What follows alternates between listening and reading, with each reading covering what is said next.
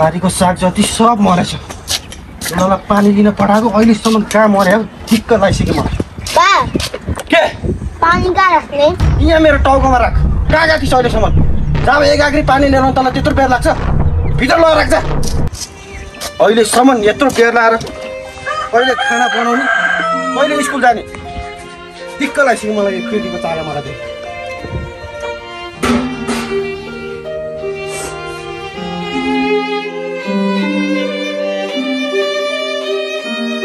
हामी पनि धनी भएको भए ड्याडी यो सपिङको सुका राख्ने कस्तो हात गरिसक्यो। कहिले पुग्यो यस्तो बारी? खोइ त अर्के गाडी पार्किङ गर्न गएको छ। ल भने छोडिदियो। मेरो सु यो अर्के लिएर आउँछ। बस छोडिदियो। उनीहरूले हात दुख्यो।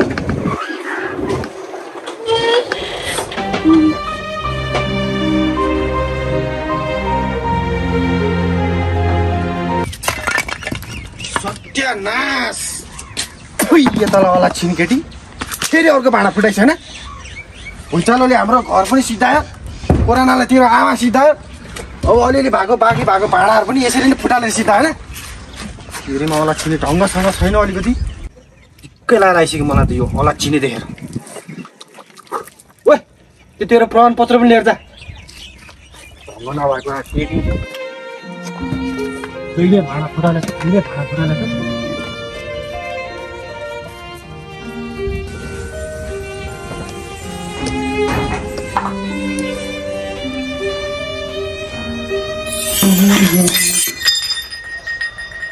Oh my god, Daddy. Oh, छोरी कसले पठायो तिमीलाई चिया? खोइ हात त काटेन के भएन? कसले पठाएको चिया? छोरा खोइ खोइ केही त भएन तिमीलाई?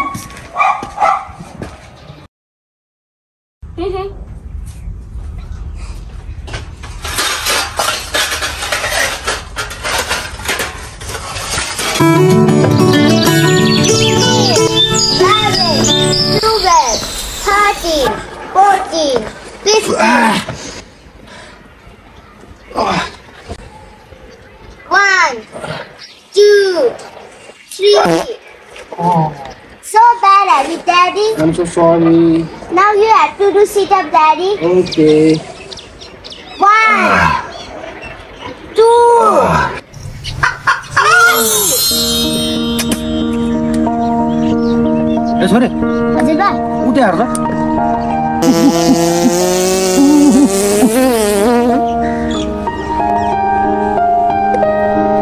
मोटरसाइकलको आवाज सुनिस्?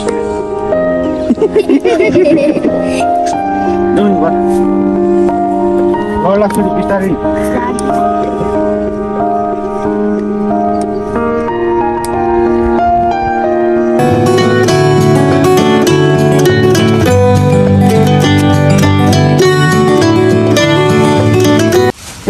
हजुर बा 2-3 दिनदेखि पानी परिरहेछ, भिरको बाटो, फेरि उतातिर पहिरो पनि गइरहेछ अरे। आज विद्यालय नगए हुन्न? कहाँ त्यसो भनेर हुन्छ बा? म राम्रो पढेर ठुलो मान्छे भएर धेरै पैसा कमाएर बालाई सुख दिनु परेन? स्कुल नगए हुन्न, जानुपर्छ।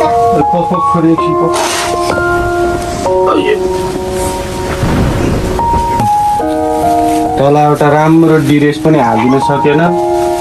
आलु बेचेको पैसा आएपछि हालिदिन्छु। अहिले यसरी नै जान्छ है।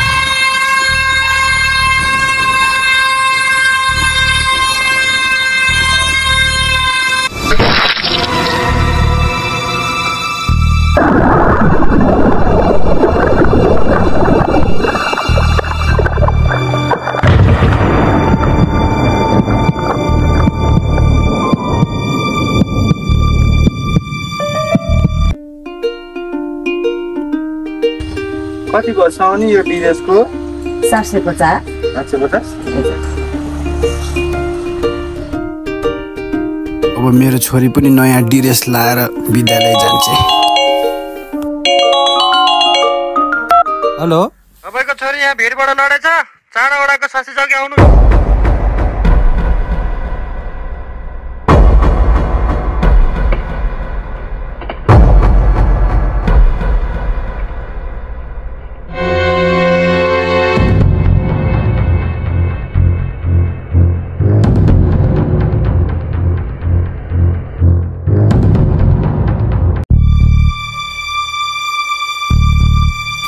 डाक्टर साहब, मेरो छोरी पिरबाट खसेर ल्याएर आएको। ए तपाईँको छोरी? हजुर। हेर्नुहोस्, हामीले जति सक्छौँ हामीले यो वडाको स्वास्थ्य चौकीमा कोसिस गर। बरु तपाईँ काठमाडौँ नै जा, हामीले एम्बुलेन्स पनि बोलाइदिइसकेको छौँ। तपाईँ बरु काठमाडौँ नै लानुहोस्। यता चाहिँ एउटा चाहिँ सम्भव गर नआसिकन गएर तपाईँ।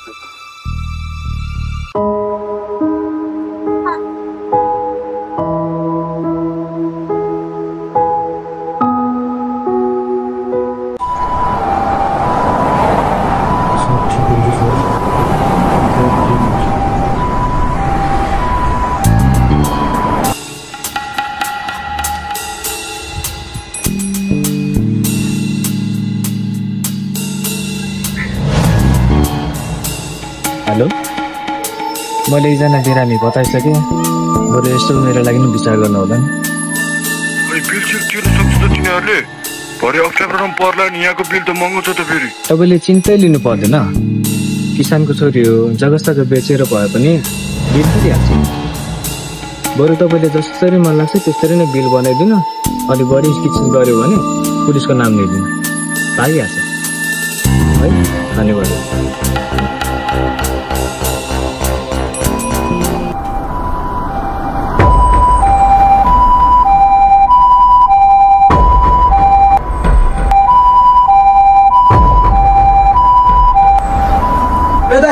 अस्पतालको कोटेको दाइ कलर लानु भाइ, रोक्नु यहाँ लाने होइन। सरकारी हस्पिटलमा तिम्रो बच्चा बाँच्यो कि मर्छ के थाहा, प्राइभेट लानुपर्छ। दाइ त्यही रोकिदिनुहोस् न दाइ, बिन्ती छ दाइ, त्यही रोकिदिनुहोस् न। मेरो छोरीसँग धेरै समय पनि छैन, मसँग पैसा पनि धेरै छैन दाइ। सरकारी अस्पतालमा लगिदिनु दाइ, बिन्ती छ दाइ, त्यही लगिदिनु दाइ, त्यही लगिदिनु। हे भाइ यार, कति कराएर भने यार। ल जाऊ दाइ, मलाई यहाँको बारे केही पनि थाहा छैन, बिन्ती छ दाइ, तपाईँ पनि सँगै हिँडिदिनुहोस् न। भाइ हस्पिटल त्यही हो होइन, मलाई केही पनि थाहा छैन यहाँको बारेमा। भाइ आफै जाने बुझ्ने है, म यहीँ बसिरहन्छु जाऊ भाइ।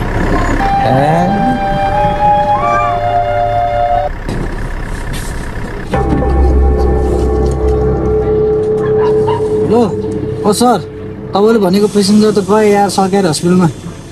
छोडिदिएँ मैले। किच लास्ट किच गर्ने चाहिँ यार आफै विचार गर्नु मन लाग्यो है। ल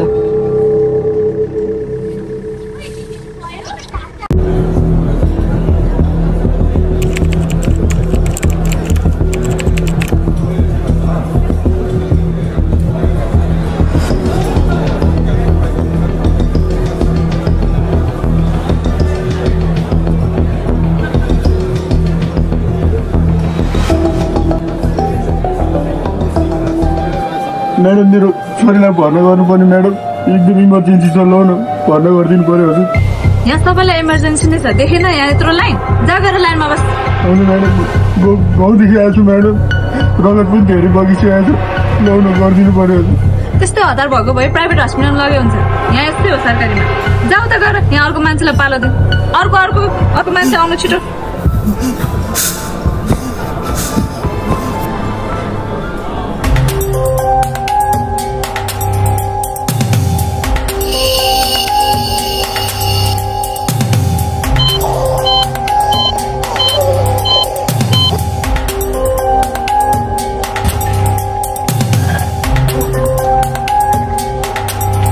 भाइ तिर्खाएर छोरी के भइसक्यो।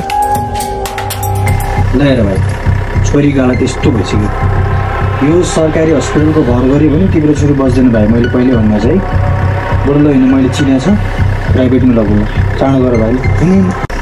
भाइ भित्र बस्दै गर है, म हस्पिटलमा फोन गर्छु है। ल बस्छु, ल इमर्जेन्सी भनिहाल्छु म। यो धेरै सँग इमर्जेन्सी छ इमर्जेन्सी ल्याउ कति आउँछ त मलाई आठ त मलाई त्यो अर्कोमा दिन्छु भनेको छ 10 दिन हो ल टेन्सन 10 दिन म ल्याइदिन्छु ल हुन्छ ल पक्का पक्का ल 10 है त ल ओके ल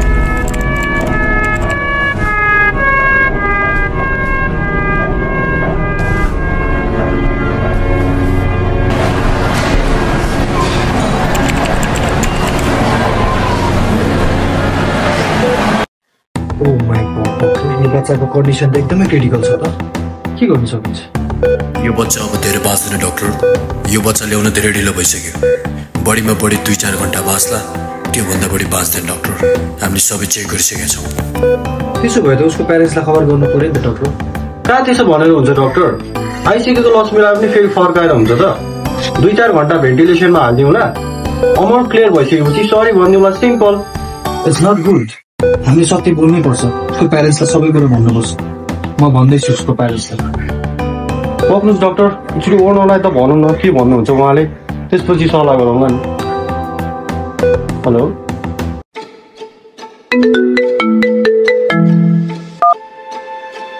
हेलो म यो के सुन्दैछु डाक्टर गुड इभिनिङ सर हजुर हो त्यो बच्चालाई हामीले चेक गरिसक्यौँ सर बाँच्ने चान्स एकदमै कम छ बढी होइन मैले जे भन्छु त्यही गर्नुहोस् ओके सर ओके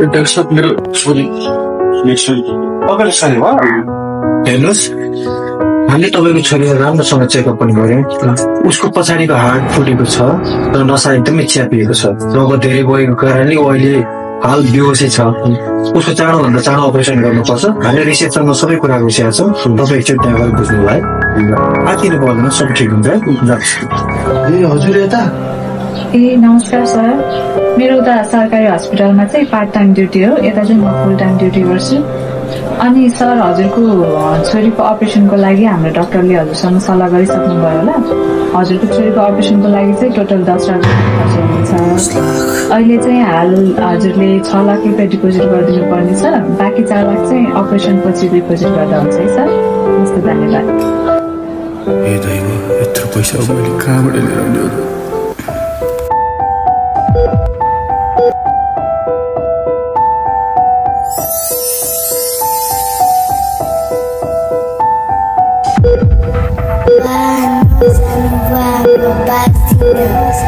मलाई केही हुन दिन छोरी म जसरी नि पैसा लिएर आउँछु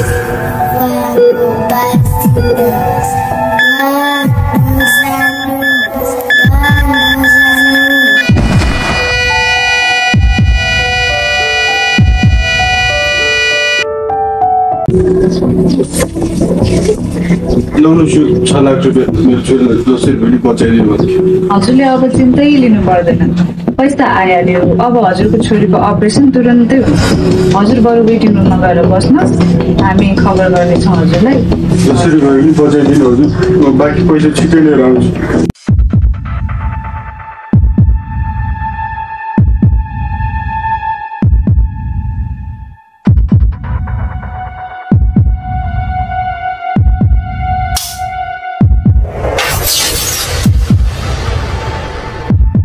यो हस्पिटल हामीले पैसा कमाउनको लागि बनाएको समाजसेवा गर्नुलाई होइन नक्कली अपरेसन गर्नुहोस् स्टिचिङ गर्नुहोस् र पट्टी लाउनुहोस् र पैसा पुरा आइसकेपछि सरी भनिदिनुहोस् बाँकी काम हामीमा छोड्नुहोस् बुझ्नुभयो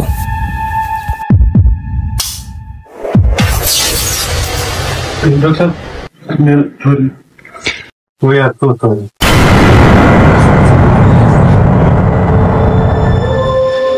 We are so sorry. हामीले तपाईँको छोरीलाई बचाउँछ We are so sorry. हामीले तपाईँको हामीले तपाईँको छोरीलाई बचाउँछ We are so sorry. हामीले तपाईँको छोरीलाई बचाउँछ We are so sorry. हेर्नुहोस् हामी पनि डक्टर हो कुनै भगवान त होइन त्यही पनि हजुरले यहाँ लिएर आउनु नै धेरै ढिला हजुरले यहाँ लिएर आउनु नै धेरै हामीले पनि कोसिस गरेकै हौँ। अब रोएर केही हुनेवाला छैन। रिसेप्सनमा जानुहोस्, बाँकी फर्मेलिटी पुरा गर्नुहोस् र आफ्नो छोरीको लास लगेर जानुहोस् है। भाइ के छ वर्षा हस्पिटल छैन छोरी नि मलाई नि अब राम्रो हैन के हो भुल्दै गयो र भाइ? छोरी ठिक छ?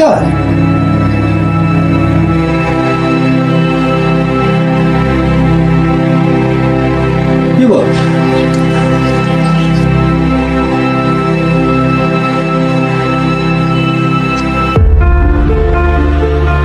सँग इमर्जेन्सी ल्याउँ कति आउँछ त मलाई आएको त मलाई त्यो अर्कोमै दिन्छु भनेको छ 10 दिन हो ल टाइम चाहिँ 10 दिन म ल्याइदिन्छु ल हुन्छ 10 दिन हुन्छ ल पक्का ल 10 है त ल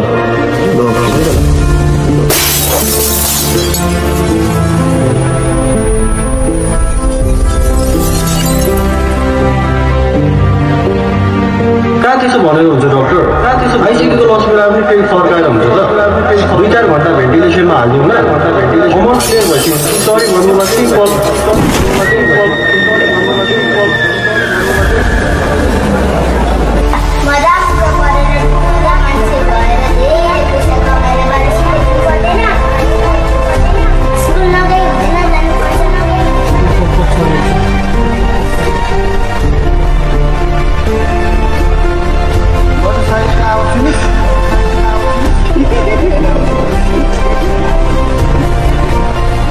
मेरो टाउकोमा कहाँ जाने सरी जहाँ एक आदमी पानी ल्याउन तँलाई भित्र लाग्छ भित्र लगाएर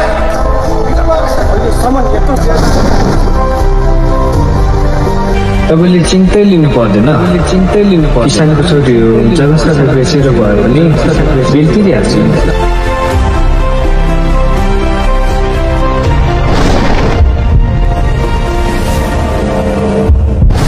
पहिला बाँकी पैसा तिर्ने अनि छोरीलाई हेर्ने मात्र होइन, सँगै लिएर गयो हुन्छ न त हेर्न पाउनु हुँदैन त जानु।